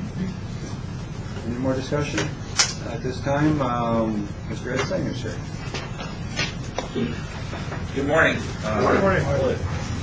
Thank you for taking your time out of your schedule here. I know the county commission has no jurisdiction over what I'm going through. But I appreciate the fact that I can stand here and speak and inform the county what's going on. Mr. Krolchak handed me a piece of paper, so I know that you had the information of what's going on with me in the city since 2008, okay? 2008, I sold part of my business, sold real estate, sold equipment, and believe it or not, I sold my people. The deal didn't happen unless they were employed. Thought I was doing the right thing. The Peninsula Project came along. I believed in it, in Manistee. That was 2008. We're in 2014. I hate to tell you this, but it is not going to happen. There is no need for condos, restaurants. Well, we'll argue the restaurant part myself. But there's no need and no demand for a developmental piece of property in the city proper at this point, I feel. okay? And we can all have disagreements, but we'll agree to disagree. I have the opportunity to work with a company to ship red pine and jack pine from an 80-mile radius of Manistee, to ship it by barge loads to, it's actually going to end up in Gwynn, but to the Escanaba, Manistee area, be transferred from that to trucks and put across into a sawmill. The red pine and jack pine in this area are abundant. I guess I get so passionate about this, I have a hard time speaking. It's good for them, it's good for Manistee, it's good for our loggers, it's good for our paper mill, because that species is not in the way, and it's good for the end consumer, because they end up at the 2x4s at Home Depot or Lowe's or Link Lumber or whatever. On the return from the barge, to make it economically feasible, we found a waste, and I'm going to call it a waste, a wood fiber project or material generated from Future Mark papers in Manistee that would return to get pressed into an energy pellet, and the company is working with Conduit Energies finalizing the final pellet and going through the air quality and permit process and all that to get their BTUs and emissions and stuff like that. The reason I'm here is I can't do it, okay? Because of my developmental agreement, they have changed my zoning also. After I sold, we were changed to a commercial waterfront shipping and receiving district with warehousing. In June, I believe, of 2012, they changed it to a peninsula district, so it could only be developed, that property, for condos and townhouses and that, etc. I sent the city a letter in October, which I didn't know that we had changed that area, or was rezoned. They said they had to put a notice in the paper. I didn't see it, okay? Don't always get the paper, don't always read the paper. But I sent the city a letter, went to city council, presented a letter, nothing happened. My fault, I thought I was still zoned correctly, and that being that it was still zoned correctly, and my developmental agreement was give and take on both parts of mine, the cities, and that, and I had given my parts. I was just saying I was going back to work. Since that, I know it's going to be on TV too, but all hell broke out, okay? I'm pushing forward. I am talking with city council, trying to get that resolved. I'm working with the zoning commission to get that issue resolved.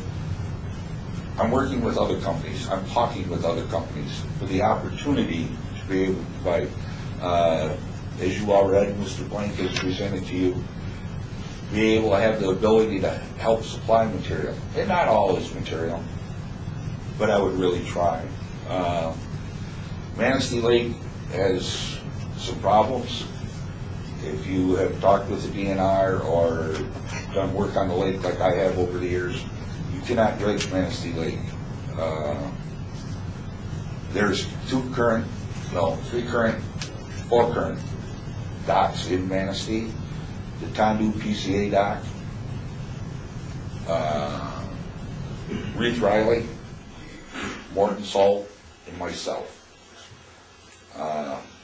If everything could come to fruition as far as creating these jobs in industry and stuff like that, there isn't going to be enough room in Manistee County, or dock space in Manistee County, or the city of Manistee to be able to handle them types of materials. It's jobs. it's, on my end, to start with the wood would be 2 to 5. To be able to work with Mr. Blank, there's another 4 to 5, possibly 7, depending on the amount of work that would be able to be enlisted. And it's the employment, the energy pellet people, if we can make this work, will be 16 to 20 people. Mr. Blank starts out with 50 to 60 and looks at ramping to 150 already in a 3-year period. I know there's nothing that you can do, but I guess I wanted you to be informed of the opportunity that is presented to the city, the county, for employment, for restructuring of our economics. And I guess that's my song for the day. I would gladly entertain any comments or questions now. I'll give you all my personal phone numbers if you would like to talk about this and understand it. And I know that you had received information that Mr. Kaminsky provided you, so you were informed of everything that is going on with me in the city. So with that, I guess I'm done. Well, Mr. Singh, I look at all the materials. Yes, sir. And there's a lot of water under the bridge, no pun intended, but you have an extension of the Renaissance Zone, you had a $400,000 grant from the state, I believe, and the city's done a lot of different things, so I think you're going to have a real uphill road there to work something out other than what you already got with the city. But I wanted to ask you this, in one of those maps, it also identified other land on Manistee Lake that has potential for a deep water port. And part of that land, I believe you own. Could that be? Yes, Century Boat is known as C&E Enterprises now. Me and my brother, that is where, if the energy pellet company comes, that is where they're going to locate.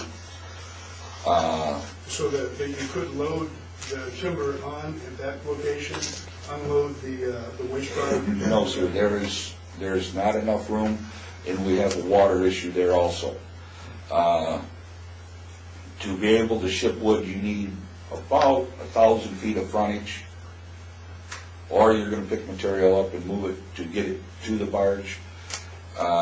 Century Boat is 837 feet, and we are going to be lucky to be able to put about a 60-foot long barge in there to put a conveyor on to be able to transfer the wood fiber material to that barge via a conveyor to land, and you cannot try to do 2 operations at once.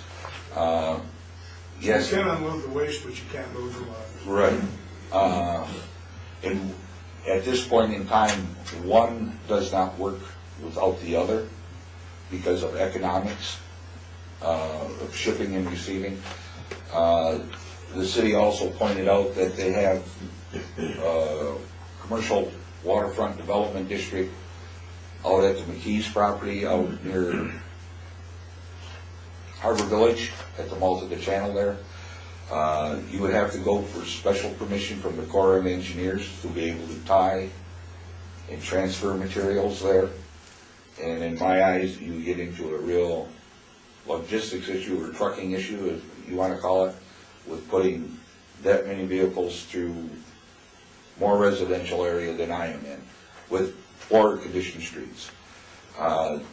They have also pointed out to me that to develop the Consumers Power property where their facility was, you have to look at dredging, seawalls, and lowering the land contour to be able to handle that. And you're looking at over a $3 million cost to create an area to be able to handle that. And that's if the DNR and fisheries will let you dredge, because over the years Manistee has been an industrial area, and mercury and contaminants from the industry is encased in a bed of silt right now, and they don't want it disturbed. That is one of the biggest reasons that the Corps does not come into Manistee Lake and dredge. they'll come up into the river channel and take out the shoaling, but they do not dredge anything north of the 31 bridge, excuse me, into the lake. I see it as opportunity for me to go to work, to be able to generate people to go back to work, and help the county, the city, and everything. You talked about the Renaissance zone extended. That was an agreement, yes, between the city of Manistee, the county signed on to it also, because it is in your county, and Ruth Riley. I did not benefit from that. The city benefited from it because in the paperwork, in the memorandum of agreement, the city of Manistee got paving of about $500,000. So when we say that the city of Manistee gave up $972,000 in taxes, they did not. In my eyes, they gave up $472,000. We talked about the grants that the city has raised issues of $400,000. Yes, there was grants, but a lot of that grant money was to separate the stormwater and city sewer in our area down there. That had to be done by 2000, I might be wrong, 15 or 16 anyway. They got the money from the Cool Cities grant. Cool Cities is no longer around, and when they received the grant, it was still zoned commercial shipping and receiving warehousing district. So their question to me was, and Mr. Deitch is supposed to be checking into it, if they have to repay that, if I was granted permission to go back to work. I do not believe so on just several issues of that. The streets were in question. I operated in that area from 1982 till present day. We had 1.5 inches of asphalt in the trucks. Any street issue was never caused by trucks, okay? The state and federal government regulate axle weights and what can be hauled on the roads. They were not busted up by the trucks. Now they built them to a Class A because it was commercial shipping and receiving area. Now there's 4 inches of asphalt. So that's an issue that I don't believe is an issue. So, and I hope I answered your questions here. More. Any other questions, comments for Mr. Funk? Yeah, I would just add that, and you're right, the MOU, the Memorandum of Understanding, is an obstacle in the fact that it's identified by 3 entities, the city of Manistee, yourself obviously, and Reed Riley. And one of the things, and I believe I would want is, if I was going to vote on anything, they need to know the ramifications of jeopardizing the agreement, if you will, from the state of Michigan, $400,000, and from Reed Riley's aspect also. The city council will have a controversial decision whichever way they go, and I think once that information is given to them, though, that'll help them make an educated and resourceful decision. Also, to add, 2008, when all this went down, I gave a 20-foot easement on a piece of property along the river to the city because I thought that was the proper thing to do. I sold that piece of property. The city never recorded that easement that they had. Because it was never recorded, when the property was sold, it was lost. So the Memorandum of Understanding, I believe, at that time was broke by the city. I'm not pointing fingers for Reed Riley. They were to create 7.5 new jobs to receive the Renaissance, which they did do. But also they had my employees that were figured into the factor, and I don't mean to. I'm not throwing stones, I'm not picking. But out of them 7 or 8 employees of mine that went to work for Reed Riley are gone. Call it economic times, call it what you want. Now when they need to do trucking, they call a company in from Big Rapids to come do their trucking work. There's just a lot of opportunity out there to move things by water in Manistee, and Manistee County has one of the greatest resources that isn't being taken care of or being utilized to help industry and commercial in the state. Legislation has been passed by Senator Boyer for the forestry to help promote our forest and growth and management. And this falls right into the legislation of that. So that's my points. And any questions or comments?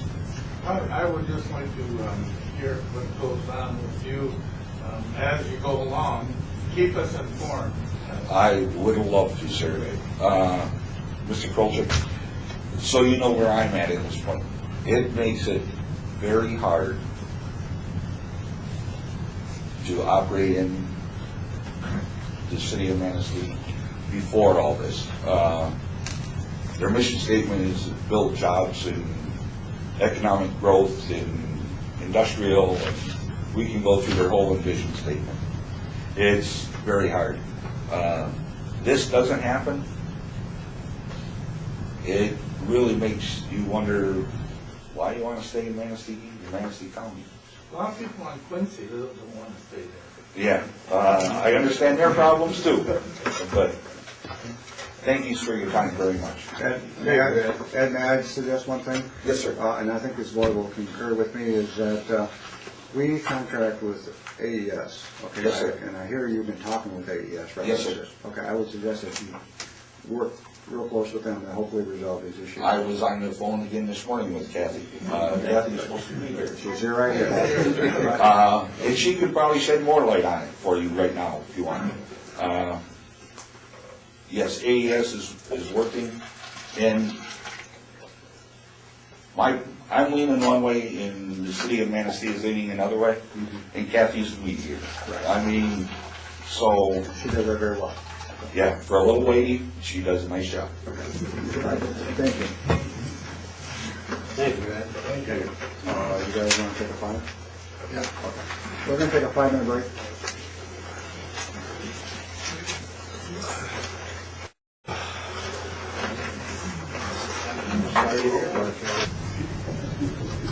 Okay, call the meeting back to order. I'm sure Mr. Bergstrom will be here in a second. Next on the agenda, Personnel Committee report. Personnel Committee report met January 14th. Commissioners present. One item requiring board action. Ms. Segala presented a resolution from the medical care facility for changing the MERS members' contribution for Division 4 per their union contract for 2013. Okay, this is a year late, guys. According to the MERS, anytime there is a change in the benefit provision with the division of the pension, the Board of Commissioners must approve the change. This is being brought to the committee now because it was overlooked in 2013. MERS is requiring that this be completed. So I cannot make a motion. So I'll make that motion. Entertain a motion, and the motion would be to change the contract to distribution rate of 2.9%. for Manistee County Medical Care Facility for 2013. Yes, support. We have a motion and support. Discussion. I'm somewhat confused. Are they saying the paperwork part of it's not done, or? Correct. Because this, in fact, did happen. Correct. That's correct. This is That's what- right, Oh, yeah. okay. When she had sent me the 2014 resolution that you adopted a while back, she sent 13 as well, and she sent them separately, and I thought it was an error. Well, she then said, well, they need 2013, and I looked back and I said, oh, I apologize. we were gonna do it in December, the meeting, or we didn't have personnel, and so we just need to do it for, for record keeping purposes now. It doesn't change anything. 2.29 was what they had contributed, so. What was it prior to that? What was it prior to that? Before it went up to 2.29, do you remember? For the medical care, I'm not certain. Okay. I'm not certain what they were. Just curious. Okay, any more discussion? Roll call, please. Mr. Waitman? Yes. Mr. Bergstrom? Yes. Mr. Hilliard? Yes. Mr. Kolchak? Yes. Mr. Marshall? Yes. Mr. Schmidt? Yes. Mr. Schaefer? Yes. Okay, continuing. No other items for board action. Ms. Tagala, give us an update as to what she plans on accomplishing this year, and she puts herself forth a large goal here. First on her goal was to continue working on the wage scale. Second was continuing moving forward with the MERS plan and finding ways to save money over the retirement system. And third was reviewing personnel policies. And, the last time the personnel policies was updated was 2002. So that is her goals today for this year, and hopefully she can accomplish a couple of those. She got some pretty good goals here to accomplish. Yes. Yes, they are very good. So, any comments, questions? Well, it's just that the number of claims in terms of the workers' comp was really quite low compared to the state level, and it was in the packet. But I think the county should tune its horn a little bit on that too. It has to do with the training of the people and taking necessary precautions. Like you noticed all the salt when you walked in here today, even though you got that little incline down there, it's helpful.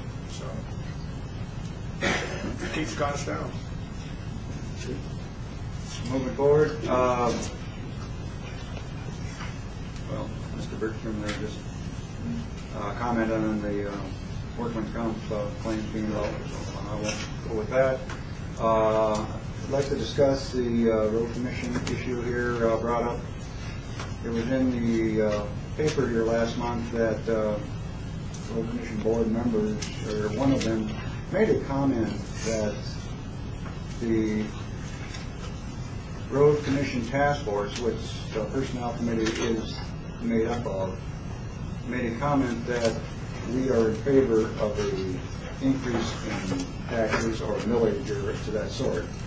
And I want to just clarify to the paper that this task force has not met. I don't know where this county board member, road commission board member came up with this or heard this from, but the county board, the road commission task force, which I would like to rename as road commission committee, because it's not a task force. But we have not met. We have not made no comments, statements, anything like that to anyone reference a millage increase. So I'm not sure where this board member came up with the idea. At the Roman Township meeting in January, the township supervisor was very quick to question me as to why we were going to do a millage on roads. Luckily, at that time, the road commission manager was there, and he stood up and took full, shall I say, blame for that, because it was discussed as something they could do to raise revenue in the future. It was not something that was a plan, and it satisfied my supervisor as to the fact that I, as a commissioner, and you were not involved in trying to raise a millage. Right. You want me to clarify a few things? Or Yes, please. Basically what the deal was, we received information. I'm sorry, could you go? Sure. Yeah. Thank you. Yeah, no problem. Basically there at the road commission meeting, the last one that we had, we do receive information from the County Road Association regarding different workshop stuff of that nature. And we received one regarding millage ballot workshop, okay, for county road commissions, counties that want to basically pursue a road millage. And so we did have a discussion regarding that. In other words, if anybody from Manistee County Road Commission wanted to go to this workshop, we basically had it, pretty much on our agenda, one thing, just like any other workshops. And then we just had a little bit of discussion about road millages, and like I said myself, I come from a county that basically has a millage. In the future, if the state does not do something with additional funding, for road and bridges, it's something that may, really should be considered maybe in the future. But anything of that nature, if you were going to try to go for a millage in Manistee County, it does go through the county board, and basically a delegate. So all we talked about at the road commission meeting is we had a workshop that we could go to, and we decided it was not time for us to go to that workshop. But we had some discussion that, potentially sometime down the road, if we need more funding, that may be something we want to, look into. So that's about it. Okay. I just wanted to clarify that, like I said, this committee has not met. We have no plans of meeting yet. We like the way things are going right now, I think. We discussed this at personnel. I said we have a liaison officer that addresses the County Road Commission Board. We have a new director for the Road Commission Board, and we have a new member on the Road Commission Board. And I don't see a need for us to meet. And I think the other two members of the personnel committee think the same way. So we believe it's in the best interest to allow the new folks in their positions some time to continue moving the ball forward without interference, so to speak. And if now that they know that we're here as a resource if needed, there's no reason to actually to solidify an actual meeting date and move forward, let them get their feet wet and do their job. Actually, even though the new committee is inactive, I appreciate the name change. It's much more positive than task force. Correct. We talked about it when it was initiated, and I like the idea of initiating an opportunity as opposed to the task force. So I'm pleased that the name has been changed and satisfied that you're inactive at this time. Mr. Chair, I think with your comment, I think also that it seems like the people coming in to just sit down and listen to the board is getting more and more and more. So that's a good point, I think. Okay, one more item is we changed the meeting date to the second Wednesday the first Wednesday of each month at 1 o'clock in the afternoon. Nothing else to add, so I will entertain the motion. Motion to approve the report. I'll second. Any more discussion? All in favor, say aye. Aye. Opposed? Motion carries. Okay, moving on to the public safety. Give me a second.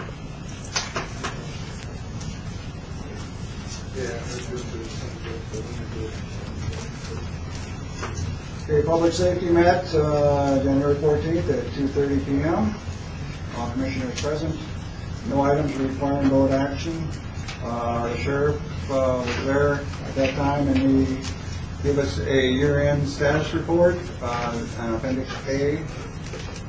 If there's any, he was here earlier. I don't know if he's still here or not. But if there's any questions to that, Is he here? no, he was here earlier. He's gone now. I was just curious about Captain Lancaster's comments, but I guess maybe the sheriff is addressing that. Which comment is that? The maybe more Regarding staffing levels. Yeah. Mr. Lancaster gives us that report every year. Oh, is that right? Yeah, and I think and he's correct in doing so, that's his position. I think we're probably at the minimum staffing level out there from what the state requires. So I'm thinking that it's his due diligence and responsibility to say, hey, we could always use some more people out there. So that information, he's been consistent with that over the... Very much so, yes. Yeah, and I actually reached out to Captain Lancaster myself, and we actually met last week just individually, and I suggested that more information be brought to this group if he was very serious about doing that. I said, a blanket statement in a letter isn't going to get the ball rolling. I said, but actual hard knowledge and facts would be beneficial. So he is actually working on some of that information. It may come before this board next month. But I was interested to find out more specifically what the request was. You know, just a blanket statement, we had like more people, doesn't really give us the ability to work responsibly for the county. But some extra information from him certainly would, so he is working on that. And I told him that I would assist him with some of that information to bring it before this board, because it's the only way we're going to make good decisions is with knowledge. I also would like to add that the sheriff, I think, if I remember the conversation correctly, was saying the manpower increases would most likely be part-timers. Yeah, actually, when I spoke with Captain Lancaster, there's also an opportunity for what's considered a lower, an entry-level position, which could actually be full-time hours with no fringe benefits. It could be used as a bridge position, and all that information will be provided next month. But that would be a way to stop that revolving door once we get someone trained in a part-time position, that they seek full-time employment elsewhere almost immediately upon getting trained properly. So that's a problem with the part-time situation, is that if we were to ever go that route, it would be a revolving door of part-time people. So that'll all be addressed hopefully next month. This board should also be aware that there have been staffing increases over the last few years. So it's not like you have completely ignored those letters. Correct, yeah. There's been significant staffing increases over the last few years. Captain Lancaster made that very clear, that he's received support over the years. It's just a matter of, we are still considered at a minimal level. I'd like some comparisons. I'm not 100% sold on one side or the other, but I know that if we're going to make a good decision, we need more knowledge. The word that caught my attention in that letter was liability, and we'd kind of like the sheriff to address that and see how much potential liability he thinks there is right now. And that ties into staffing levels, of course. I think we want to make sure that we're not in extended liable situations, so hopefully we're not. But it'd be good if he could address that. Well, my understanding, I think, is how the state does this is it tells you this is how many you need, this is what we'd like you to have. Like I said, there's always a difference there. So we're at the minimum, but there's always, okay, this would be nice to have this if we could. I actually think we're a little bit better than minimum right now, but the state doesn't require you to do anything really. They make strong suggestions, and they do some things to promote additional staffing or additional operational issues. But Mr. Kolchik and I and the sheriff and the undersheriff went to a 2-day seminar at Crystal Mountain a few years ago that really resulted in us adding space to the jail, adding more female beds, adding more beds, and some of the other things that were done there. It was a rather large renovation project. There's technology that's been added, but if you talk to the national or state people, they'll tell you, well, you got to have maybe 3 on duty most of the time, or 2. They'll say you need 5, you need 1 in each, And so I think what the sheriff is saying is yes, and the jail administrator is yes. We're not at optimum levels, and we just want you to be aware of that. And as time goes on, maybe we can add some. But it's all a matter of priority with you. I guess I'd like to be able to hear that the risk is reasonable in terms of a major incident. Yeah, I'm not going to speak for the sheriff any further than I already have, but I can tell you that he's monitoring that quite closely. Okay. Moving on. Sheriff informed us that Captain Lancaster looks like he's going to be retiring here in June. So he's got at least 25 years in him, so doesn't say how many years he has. Other discussion is the sheriff informed us that Colleen Kennedy, president of the Manistee County Humane Society, will no longer be accepting $1 for the dog license. Normally, the Humane Society would take $1 off of the license purchased. to help run the Humane Society. Now with the new contract that we have, they feel they don't need that extra dollar, so we're not going to take that back. Is that in a sense of savings for us, then? Would it be interpreted that way? Or not? Yes. Well, For every license they sold, they were paid $1. Right. that's anyone, right? I mean, veterinarian. But no one else sells the licenses now, it's just the treasurer's office and the Humane Society. The vets no longer sell the licenses. The vets really didn't want to sell the licenses. So when we changed it to the 3-year license and went through the rabies date for the renewal, we took it away from the veterinarians and the townships. The townships used to sell them as well, so now it's all just sold through my office and at the Humane Society. Thank you, Russ. And last on the item, we changed the meeting date to the first Wednesday of the month, 2:30 p.m. And that's the same, it's a Wednesday now for us too, isn't it? Yes. I have no other items to report, so I will entertain the motion. I'll move to accept the report. I'll second that. Okay, a motion, second. Any more discussion? All in favor, say aye. Aye. Opposed? Motion carries. Okay, moving on. Technology did not meet. Human Services did not meet. Executive Committee did not meet. Green Team did not meet. Regional Summit did not meet. County Controller. Just 2 quick items, one of them which is on your agenda, but I'll get to that in a second. I'm going to be very brief because probably spoke too much already, according to the last break from the chairman. Just want to let you know that discussions with Mason County on regional economic development is still alive and well, and we're moving forward with a lot of discussion. There's been a subcommittee put together now between Mason and Manistee. That committee will be about 12 people. I think I had talked to the chairman, Mr. Kolchik, at the time, and Mr. Hilliard a few months ago about a couple of commissioners being on a committee that was really different at that time. That committee never really met, and Mr. Kolchik appointed Mr. Hilliard and Mr. Bergstrom to serve on that committee. I know that you as county commissioners, the city council, Mason County, all want more detail as to, before it comes to you for a final decision on what a regional plan will look like. The AES board has been in discussions with this regional development team that's kind of been administrators and various individuals from Manistee and Mason County, and even discussing the concept and putting together a budget and everything else. And so AES is now saying, well, we're not sure we really want to disband our organization, but maybe Mason County, since they really are without a director and really have nothing at this point, maybe they will come and join our organization and we'll expand it into a more regional level.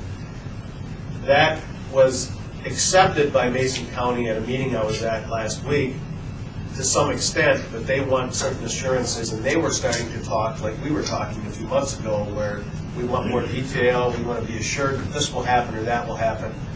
So what's come of this now is that we want to get the elected officials and some of the real stakeholders involved in coming up with more detail on this plan. So rather than me attending all the meetings, we're going to get, a commissioner or two from each county, people from industry, people from the AES board, people from the city, all involved in creating more detail. When we started coming up with that committee structure, it got to be very large very fast. So rather than having 2 elected officials from Manistee County and 2 from the city of Manistee and 2 from Mason, they want just 1. So I've talked to Mr. Hilliard. Mr. Hilliard would like to step down from that and still keep Mr. Bergstrom on that committee. So you will be contacted. I know I haven't talked to you about this yet, but this is just a step. Mr. Hilliard would like you to be the representative from the county from the elected officials to start ironing out details. So there's going to be, you'll be contacted very soon. Also, to that extent, I asked, my discussion with Mr. Kaminsky is that Mr. Wagner be your alternate in case you can't make it. Okay. You guys both approve? Okay. I'm glad you mentioned that because I completely forgot about that.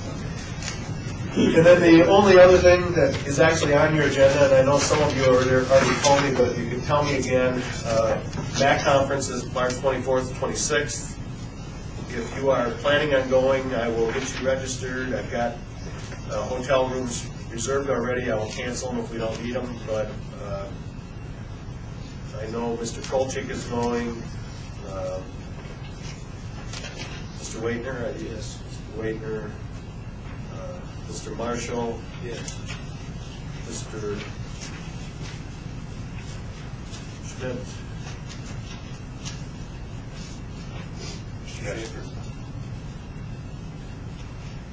Yes. Mr. Good. So the only one not going, I know that, Mark, you have a conflict.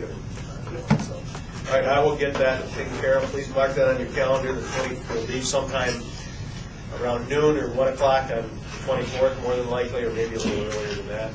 And then we will come back, usually Wednesday afternoon. Mr. Schmidt and I have talked, and he will come to my place. We will go. Okay. And we can make travel arrangements as it gets closer. Okay. We'll figure something out. We got it. Yeah, I've got a couple of county vehicles reserved, but if we don't need them, we can take a look at it. Okay. That's it. That's all I have. That's all you have? Very good. Okay, I'm going to, Bear Lake Improvement Board did not meet. Bar Lake, did they meet? Nope. Okay. Last on the agenda is individual commissioners. Okay, anything further? Well, I was just thinking if Mark's not going to bring his next goal, maybe his wife will want to go. I'm trying to help you. I don't think so. No, I'm kidding. Okay. Anything? What happened Saturday? What happened Saturday? Yeah. Skate park. I don't have anything. I was in the hospital. Anything further? Well, I appreciate getting the report on the Manistee County Veterans Affairs. You know, and obviously they've been very active. It's pretty impressive.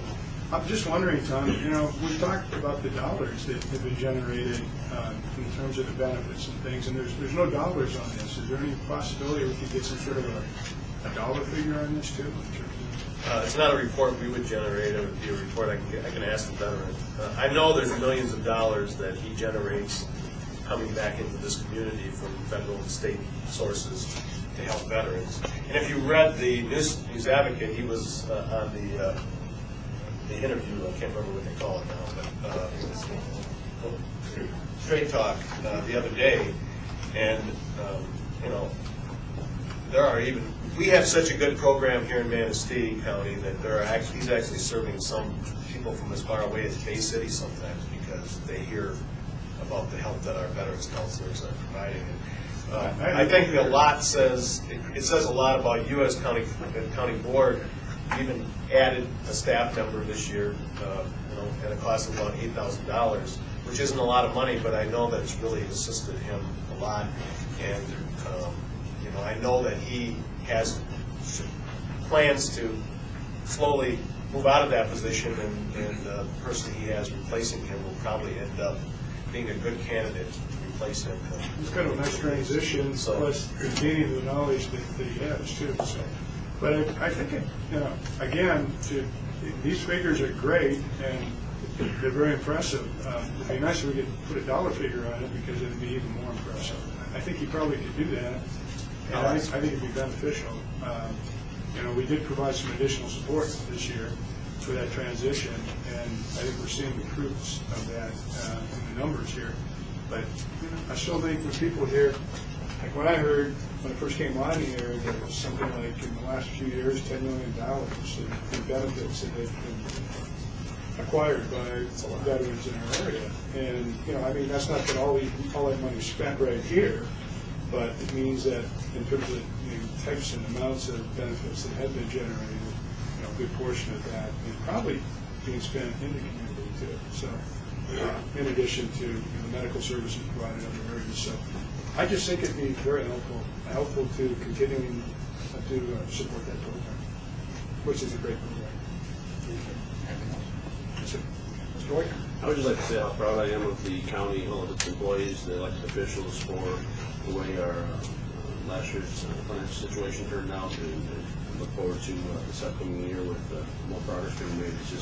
It's great to see all those people working together to better our county. Mr. Schaefer? No, I have nothing. Nothing. Okay, I have nothing, so I will entertain a motion to adjourn. So moved. Support? All in favor? Opposed? We are adjourned. Okay, please do. We're going to get training now. And you need to sign your meeting reports.